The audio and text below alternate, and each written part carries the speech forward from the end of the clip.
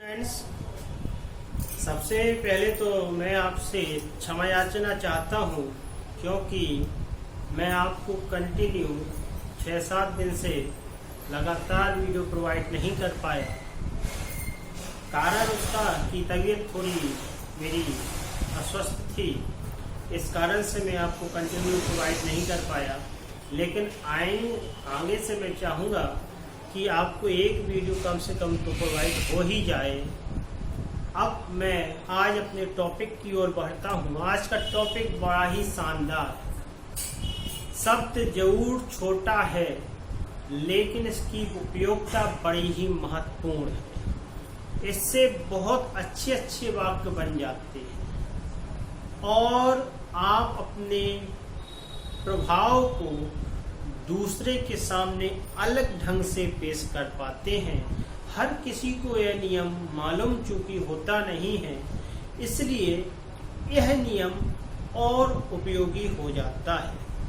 आज मैं आपसे जो डिस्कस करने वाला हूं वो है यूज ऑफ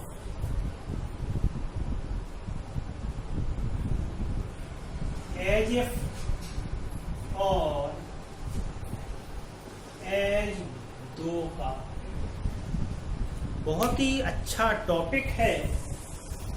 इसका प्रयोग हम उन वाक्यों में करते हैं जहां की हमें एक ऐसे भाव का बोध कराया जा रहा हो जिसकी कल्पना करना भी असंभव हो। एक ऐसी क्रिया का वर्णन यहाँ कराया जाता है जिस कार्य का होना असंभव माना जाता है, नामुमकिन माना जाता है। और ऐसे वाक्यों को जब हम अलग से भाव देना होता है तो हमें कुछ सिस्टम भी अलग प्रकार का बनाना होता है। यह दो प्रकार का हो सकता है। इसे हम दो प्रकार से बना सकते हैं।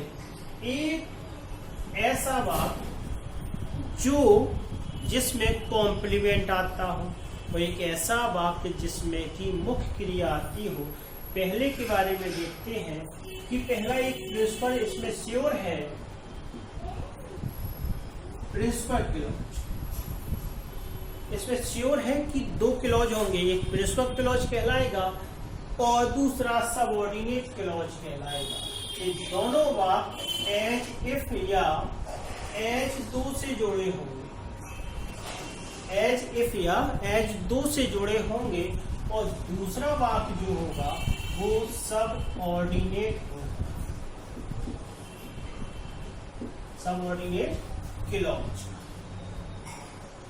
As principal clause, as if as though या सबऑर्डिनेट क्लॉज।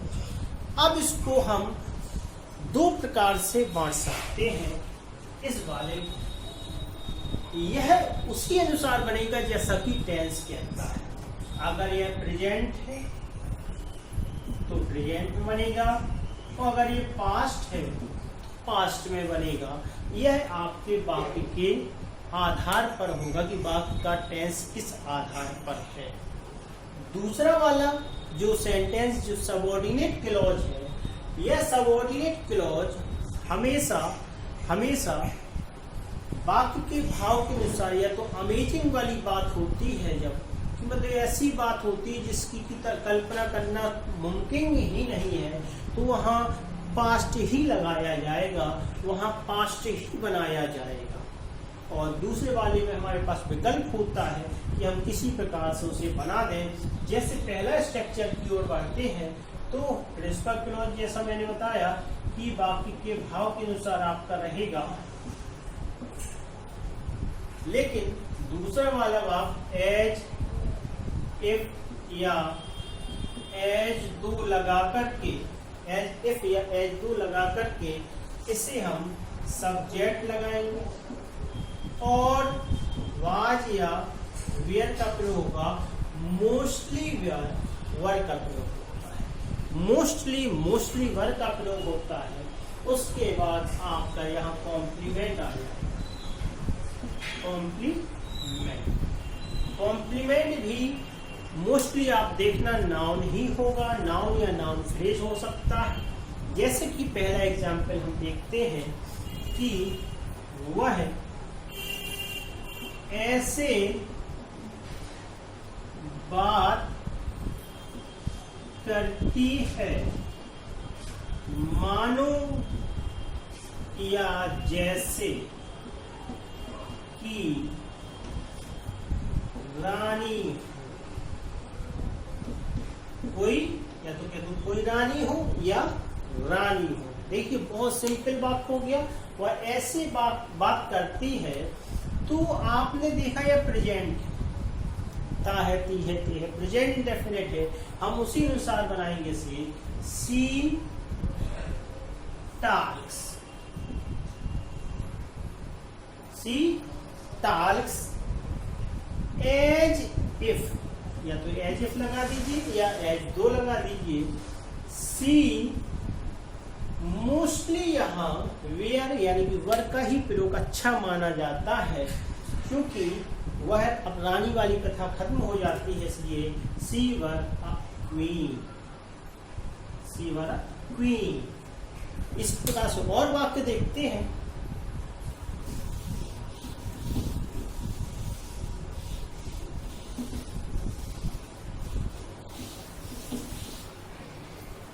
वह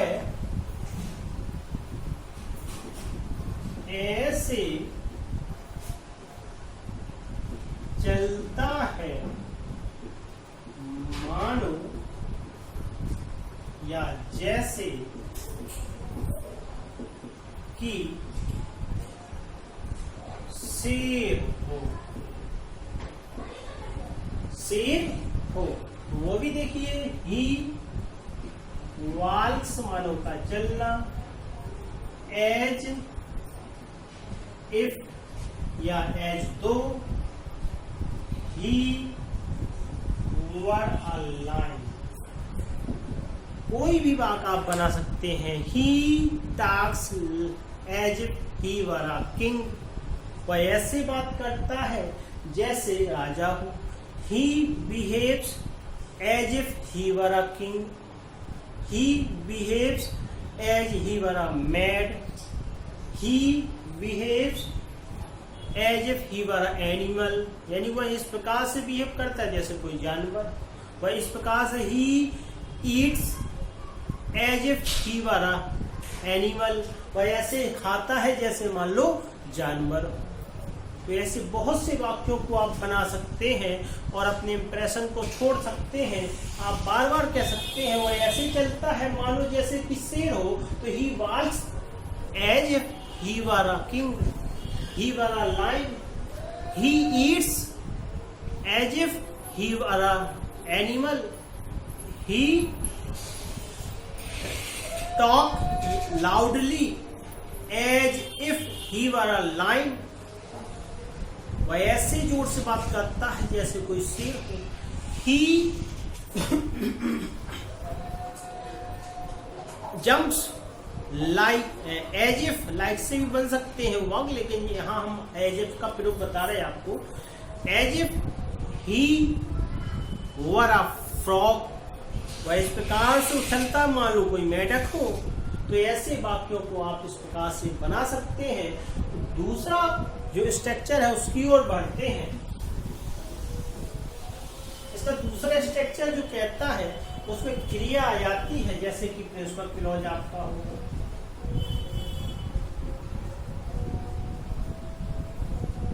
इसके बाद एज इफ या एज दो होगा। फिर इसके बाद सब्जेक्ट आपका सबऑर्डिनेट क्लॉज में, यहाँ आप हेल्पिंग वर्ब लाएंगे, यहाँ आप मेन वर्ब की फॉर्म लाएंगे और फिर यहाँ अदर वर्ड आ जाएगा। जैसे एग्जाम्पल के रूप में देखते हैं, पहले देख लें। प्रिंसिपल क्लॉज में जैसे सब्जेक्ट आएगा, क्रिया आएगी, जो भी आएगा वो पूरा सिस्टम से आता जाएगा। सब्जेक्ट, क्रिया, ऑब्जेक्ट। एज इफ एज दो का प्रयोग करने के बाद फिर सब्जेक्ट लगाएंगे। हेल्पिंग वर्ब और मेन वर्ब जो उसकी है वो आपकी उस अनुसार आएगी, अदर वर्ड में आ जाएंगे। यानी ऐसे वाक्यों में हेल्पिंग वर्ब आएगी, मेन वर्ब जो कि पाई जाती है, इसमें कॉम्प्लीमेंट नहीं होता है। जैसे कि वह ऐसे लगता है, वह ऐसे लगता है मानो कि कई दिनों से खाना न खाया हो। वह ऐसे लगता है मानो कि कई दिनों से खाना ना खाया हो। तो देखिए, लगता है यानी कि ही लुक्स, लुक्स माने हो गया लगना, ही दिखता है यानी कि लगता है, ही लुक्स एज इफ या एज दो ही। अब आप देखें, खाया हो प्रेजेंट में या प्रेजेंट परफेक्ट है यानी कि हैज लग जाएगा। ही हैज नॉट नेगेटिव है इसलिए ही हैज नॉट। खाया हो यानी कि टेकन। फूड यानी कि भोजन। फॉर यानी कि कई। मैनी आ गया, मैनी मीन्स कई हो गया, और डेज मीन्स दिन। तो he looks as if as though he has not taken food for many days. He looks as if he has not taken food many days. इसके साथ ही और देखते हैं, वो है ऐसे लग रही है मानो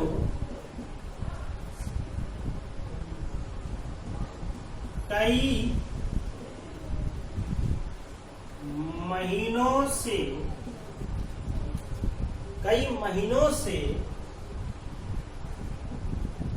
नहाया ना।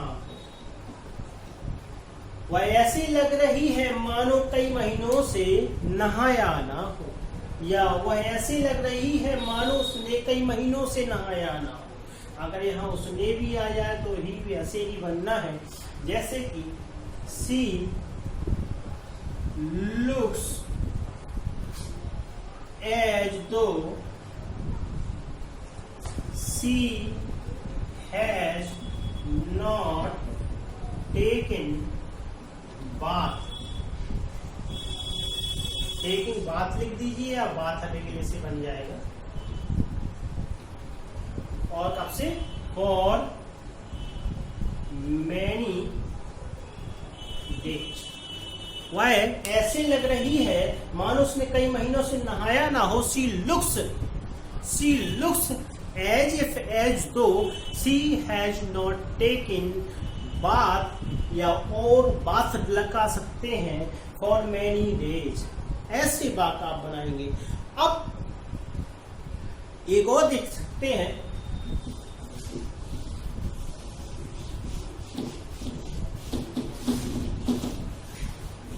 तुम ऐसे दिखाई पड़ रहे हो, तुम ऐसे दिखाई पड़ रहे हो मानो या जैसे कि